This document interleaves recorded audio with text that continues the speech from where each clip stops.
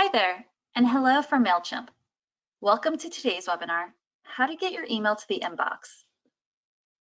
My name is Kayla, and along with my teammate Nicole, we'll be your host for today. Hey everyone, thanks so much for joining us. As Kayla mentioned, I'm Nicole and really happy to have you along. As a quick heads up, we are hosting this webinar from our homes, so you might hear some ambient or background noise. In today's webinar, we'll cover a variety of concepts around email deliverability. You can think of email deliverability as the foundation for a successful email marketing program. Every email you send gives you and your business more data to use in order to improve the next send. One of the most critical steps for good deliverability is domain authentication. By the end of our session, you'll have a better understanding of three key things: what email deliverability is, how you can improve it through our recommended best practices, and how to authenticate your domain with MailChimp. So let's take a moment here to look at our agenda. First up, we'll introduce you to email deliverability and the variables that affect it. Next, we'll provide you tips on how to improve your open rates and email engagement, before then walking through the steps involved in domain authentication within MailChimp. And finally here, we'll wrap up with some best practices on starting an email deliverability strategy for your own business through the lens of our example educational business, the Poddit Planner. After the webinar, be sure to keep your eyes on your inbox for recording, as well as helpful resources in case you missed anything or you want to rewatch today's content. Now, lastly, if you need any technical assistance during today's webinar, please feel free to check out our guides and tutorials at mailchimp.com/help. There, you can search for help topics, chat with our help bot, or connect with our support team. Let's kick off today's tutorial by talking about the difference between email deliverability and how it's a bit different from email delivery. Email delivery occurs when an email is delivered to the correct email address and then is accepted by the recipient's server. If it's delivered, it doesn't necessarily mean it made it to the inbox, it just means it didn't get rejected. Email deliverability is the likelihood that an email you send will successfully land in a contact's email inbox, not the spam folder or anywhere else. In short, it's entirely possible to have good email delivery rates, but poor email deliverability. That's why deliverability is super important, especially when you spend time designing beautiful branded emails you want your audience to see. Getting to the inbox is one of the more misunderstood and sometimes ambiguous elements of sending great email marketing, so we're going to break it down for you. Now, while deliverability can be a complex technical process, there are key aspects that you have control over for your own business. And the variables that will have the biggest impact getting your email seen by your recipients are twofold, and those are engagement and reputation. Engagement with your email is typically measured by opens and clicks, as well as purchases if you happen to run an e-commerce store. These interactions are ways you can measure how interested your contacts are in hearing from you. Now, you might be wondering how to increase your engagement with your audience. And there's really no secret formula to that, but it does take consistency and follow through. Understanding who your audience is and what they're interested in is a first step. And you can use your contacts' interactions with your marketing and what you already know about them to create audience segments. So for example, you can sort your audience based on information you collected when they signed up, including where they signed up, and we would call that their sign-up source. And MailChimp's predicted demographics feature can also help you smartly fill in the blanks with that too. Once you create your audience segments, you can send specific personalized communications to add value. Now, if they're interested in what you have to say, they'll continue to open and engage with your emails. And when users regularly engage with your emails, you know that they value your content Then there's reputation, which is like a score that you're assigned based on how users interact with the content that you send out.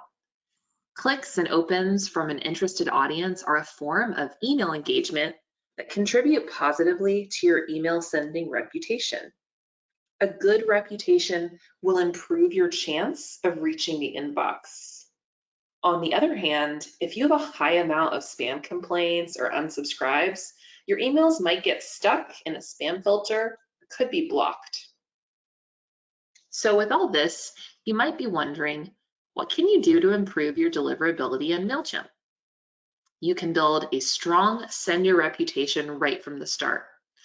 Email is a form of permission-based marketing, and MailChimp does require express verifiable consent in order to send emails to your contacts. Maintaining this permission from your audience is crucial to high engagement and good reputation. Now, you can also deliver quality content. You'll want your emails to contain relevant information that your audience wants to see. Personalized content, like using merge tags to include a contact's first name in your email, helps to avoid spam filters as well as increase engagement. Build and manage your audience wisely. Keep it up to date by removing contacts if they aren't regularly engaging with your content in MailChimp. In MailChimp, you can archive contacts, which allows you to remove them from your audience while retaining their data. This can help reduce your monthly bill, improve your delivery rates, and avoid high volumes of bounces or unsubscribes. We also always recommend that you send email from a custom domain you own when possible, and not from a free domain like Gmail, Yahoo, or Hotmail. For example, we send our emails from webinars@mailchimp.com, which is a custom domain that MailChimp owns, as opposed to something like MailChimp webinars@gmail.com.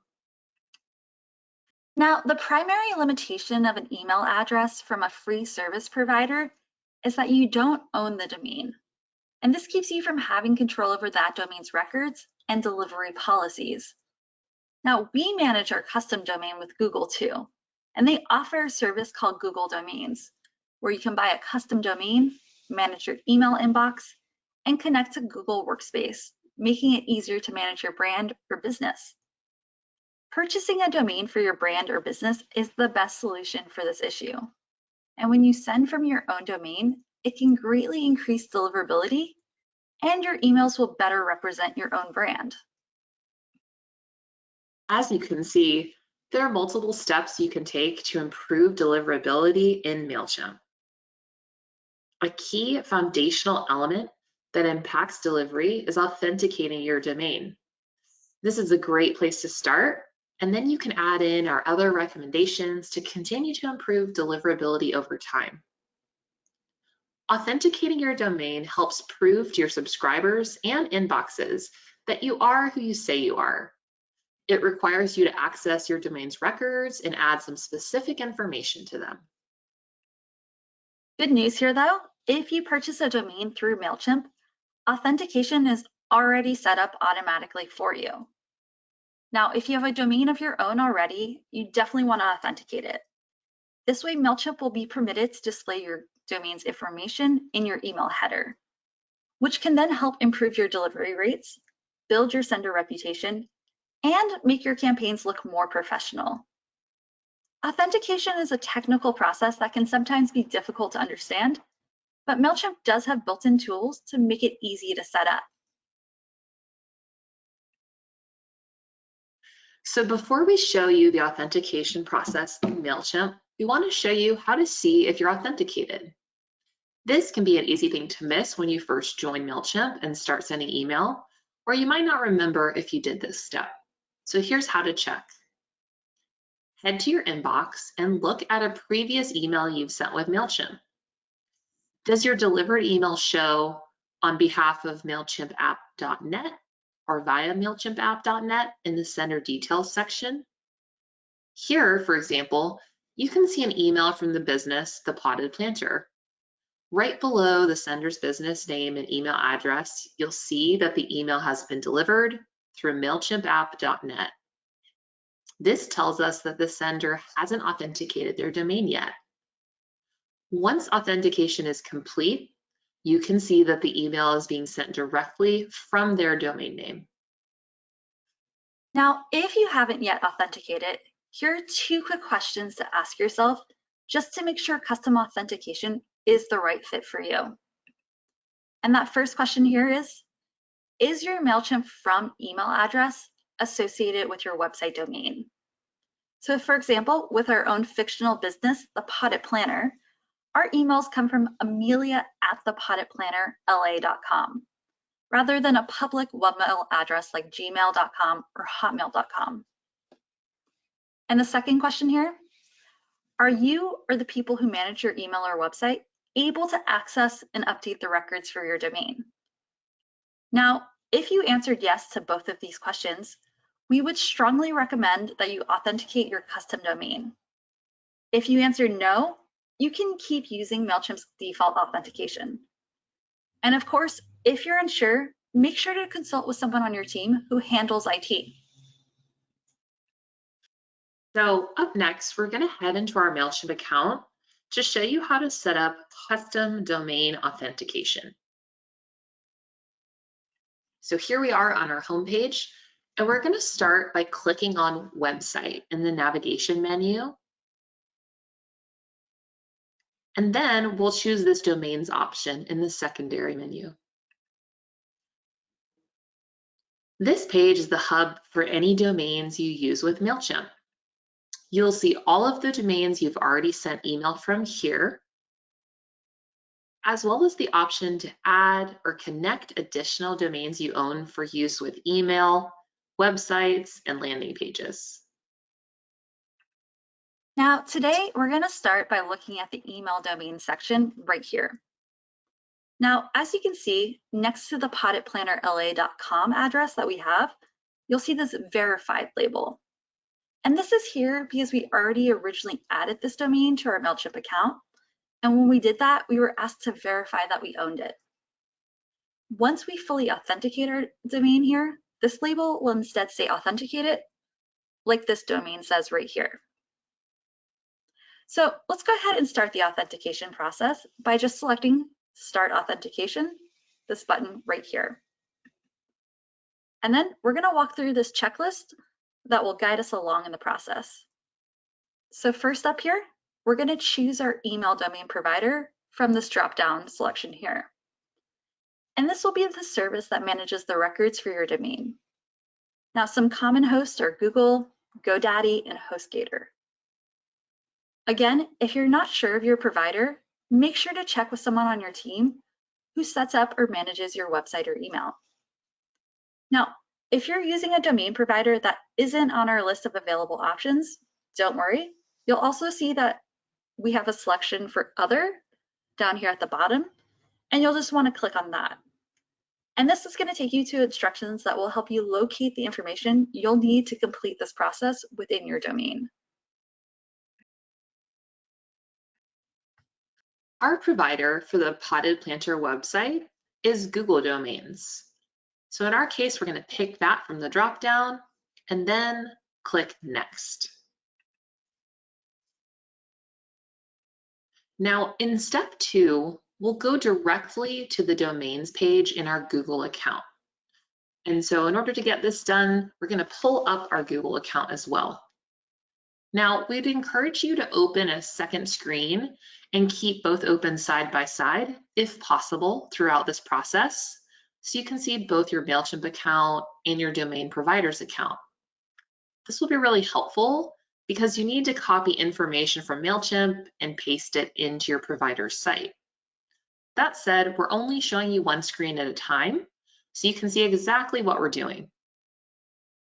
So over here in Google Domains, now that we're logged in, we can see the dashboard for our domain, thepottedplanterla.com. You may have more than one domain to choose from, and in that case, you'll want to select the All My Domains option in the top left menu. And on the following page, click the Manage button next to the domain you want to authenticate. Once you've done that, choose DNS from the left navigation menu.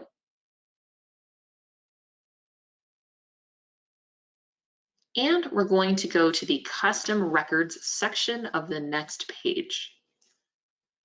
And just something to keep in mind, this process is going to look slightly different depending on who your provider is.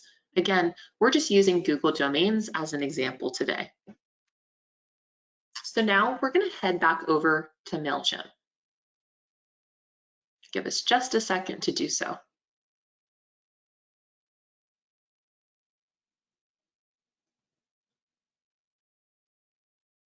Now, when we click Next, we're going to be taken to step 3.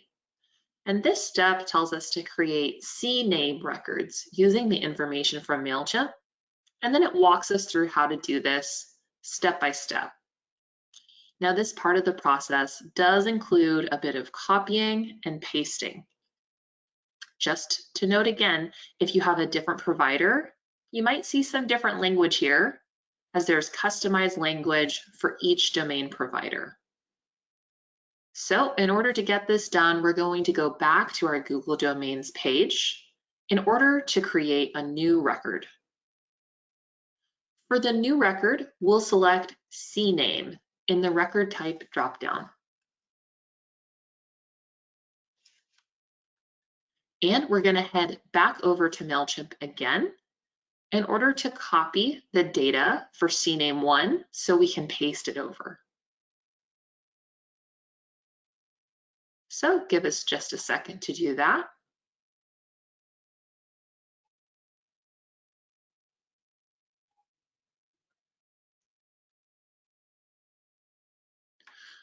We'll then select Create New Record in Google Domains and select the type once again as CNAME.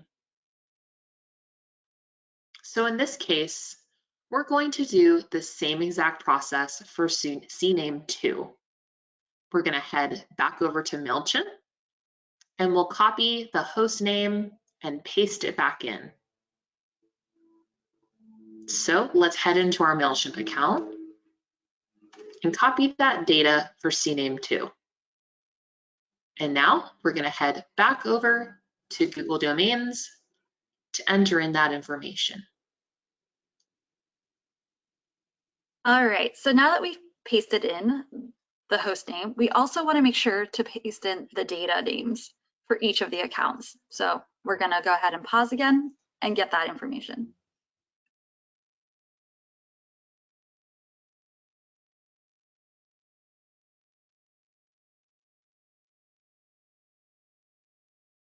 So here we are back in MailChimp, and we'll take the host name. We already took the host name, so now we'll take the data or domain name for CNAME 1 right here.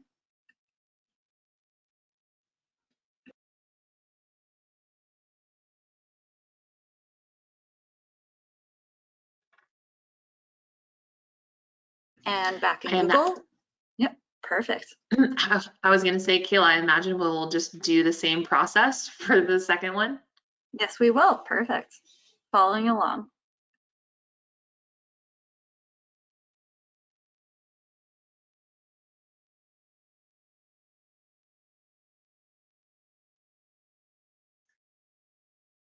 Awesome. So as you can see, we've headed back into MailChimp. We're grabbing that data domain name and then going back over into Google Domains and pasting that in. And this is why you can probably see it would be nice to have 2 different windows open just to make this a little easier on you for the copying and pasting. But now that everything is in here, let's be sure to save all of those changes we made by clicking Save right here on the right. This all might look a little complicated, but if you just follow along and complete the step-by-step process here with your unique records, it's only going to take a few minutes to set up. And if you are looking for a little extra guidance, you can take a look at the bottom of step 3 in MailChimp. And at the bottom of step 3, we have some additional information and instructions that outline more about this process right over there. So Once we add the CNAME records into our domain provider, we can move on to step 4. And in step 4, MailChimp will check and validate the records that we've added. Now, this process can vary in length, so it could take up to 48 hours, but there's no need to wait around. Like it says here, you can go grab a cup of coffee or the whole pot. We are going to email you when it's ready and good to go. If you're really interested to check in, you can always come back to this page and look at click status, check status, excuse me, and in a few hours from now or the next day, we'll let you know how things are going. But like we said, the processing time is different for each provider and could be up to 48 hours. You're going to be able to still send emails while the process is finishing up. And if there are any errors with the records or anything additional we need, we'll be sending you an email to tell you what needs to be fixed. So in our case, let's go ahead and click this check status button right now. Awesome. In our case, we've successfully validated those domain authentication records and we're all set. Now you're going to see the success message right here on this page, and we'll also be sending an email to confirm that status. You can now send through MailChimp with even more confidence in the deliverability of your email marketing. So all in all today, we've spent some time learning about deliverability, the variables that affect it, and steps involved in domain authentication. So in this section, we want to talk through some best practices and tips to get you going on your own email deliverability strategy. You can think of these tips as your guide to better deliverability. The first step here, always, like we've said throughout this webinar, authenticate a custom domain. We just walked through the steps within the app to do this, but it's important to remember and complete within your own account. Now, we do understand that this can be complicated, and so let's put it this way. We have our own fictional business called The Potted Planner, where we sell plants, ceramics, and other home and gardening goods. Now, when we started out with our business, we were just using a free Gmail account as our from address within MailChimp. Now, I'm sorry, we are working from home, so if you hear sirens or any dogs or ambient noise, we do apologize about that. Now, as I was saying, Kayla, I can jump in if you want for a second. Thank you so much. That would be excellent. No worries. So as we began sending out these campaigns, what we were finding was that some of our emails were ending up in our audience's spam folders instead of their inboxes. And that, of course, is not ideal. So this could have happened for many reasons. There are some limitations with using an email address from a free service provider like Yahoo, Hotmail, or in our case, it was Gmail. And the biggest obstacle is that we didn't own the domain, so we don't have control over our delivery policies. Now, this is where having an authenticated private domain can help. It greatly increases your chance of having strong deliverability. Now, remember, a custom domain is one that you purchase and own, and it's often tied to a website. If you have a web domain, you can register an email inbox to it, and that way you can send and receive emails from that domain so that they're branded to your own business. Again, for our business, we already had our website domain, thepottedplannerla.com, but we set up an email address to start sending from that too, which would be amelia@thepottedplannerla.com. So for our next tip, be sure to maintain an engaged and clean audience. As we mentioned before, MailChimp is a permission-based service, and we do require express verifiable consent for you to market to your contacts, and this permission plays a big role in deliverability. Now, our Potted Planner business uses a variety of different collection methods to gather new audience contacts. So say in our business, we had seen a lot of success from our pop-up sign-up form, and that would appear from our visitors on our website and would offer to like something like a first purchase discount. Additionally, we could share our sign up form on various social media accounts as well. And as a business, we would want to make sure to never purchase third-party lists or just add people to our audience without their explicit permission. We also always want to make sure to keep an up-to-date audience of contacts and to remove contacts if they haven't engaged with our content in a while. Now, we do have a tool in MailChimp called archiving, which allows you to remove contacts from your audience, but retain their data without them being counted towards billing. Now, this can drastically help to improve your delivery rates, as well as avoid high volumes of bounces or unsubscribes. Keep an eye on your email reports and your audience data. What happens in your audience after you press send? Sometimes emails can't be delivered to an email server for a variety of reasons, like formatting errors or bad audience data. These are called hard bounces, and if you have too many of them, it can contribute to decreased engagement and a lower reputation. So for this reason, it's important to ensure you're receiving permission from all of the contacts that join your audience and that you're following our best practices around compliance. With the Potted Planner, we make it a habit to periodically take a look at our bounce rate. On your end, if you're noticing that you're consistently seeing a lot of bounces, you'll want to do an audit of how you're adding emails to your MailChimp audience. Now, it's also important to remember and be mindful of cadence, content, and formatting, and be sure to stay on brand. You'll want your email sending out to be relevant to your audience and what they want to see from you. And to do this, you'll want to work to identify the aspects of your brand that resonate with your unique audience, and then develop your email marketing plan with that in mind. So for example, for the Potted Planner, we could use our main brand colors, so lots of greens and oranges, along with beautiful imagery of the plants that we're selling. So when people see an email, ad, or landing page from us, they're able to quickly identify our business. And using consistency with the content, tone, and design that's present across our website and social channels will help create a cohesive brand identity for our audience. Subscribers will be more engaged, leading to a healthier engagement and improved deliverability. On the topic of cadence, if you said you'd send out roughly 2 to 3 emails a month, don't overwhelm folks with daily digests. If you establish a regular cadence with your communication, long lapses will be jarring for your audience and could trigger a high volume of unsubscribes. When people sign up for the Potted Planter emails, we let them know what to expect. We send out 1 to 2 regular emails a month with tips and tricks for plant care. We know our customers want to know about sales, so we also make sure they're kept in the loop. And this takes us to content and formatting.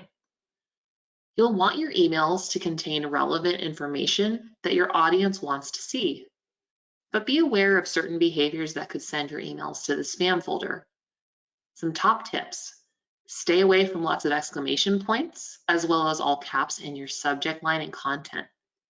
Try to leave out common trigger words that make your emails seem gimmicky or spammy. Authentic, relevant content is definitely the way to go. To help out, MailChimp does have a built-in tool called the Subject Line Helper, which checks to see whether your subject line follows our tips around best practices. And finally here, we always recommend to test, test, test. We say this a lot, but it's important to remember. Subscriber engagement and deliverability can improve when you send your emails at the right time.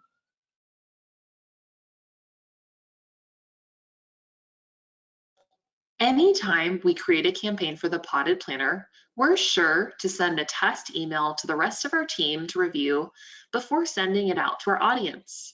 Getting extra eyes on our campaigns and seeing how it appears across various devices is super helpful. And as a pro tip, if you're looking to do more, try A/B testing. These types of campaigns make it easy to try out different elements of an email so you can quickly determine what leads to higher levels of engagement. Now, as a business, And as a business owner, we love testing out different subject lines to see what our audience responds best to. And we're sure that you do too. So always be sure to preview and test and send test versions of an email to yourself and your colleagues to make sure everything looks great before sending it to subscribers. All right, and so with those tips, keeping those all in mind, we'll help you build a successful strategy to get your emails in front of as many subscribers as possible. Alrighty, so with all those tips and best practices, we've wrapped up today's webinar. Thanks everyone so much for hanging in there and being along for this learning journey. Just a quick reminder, stay tuned. You're also going to be receiving a recording of this tutorial in case you missed something or want to go back again, as well as follow-up resources. If you've enjoyed this tutorial, we also have a variety of other webinars available to help you use MailChimp. There's a link in our follow-up email to our schedule of upcoming topics and dates.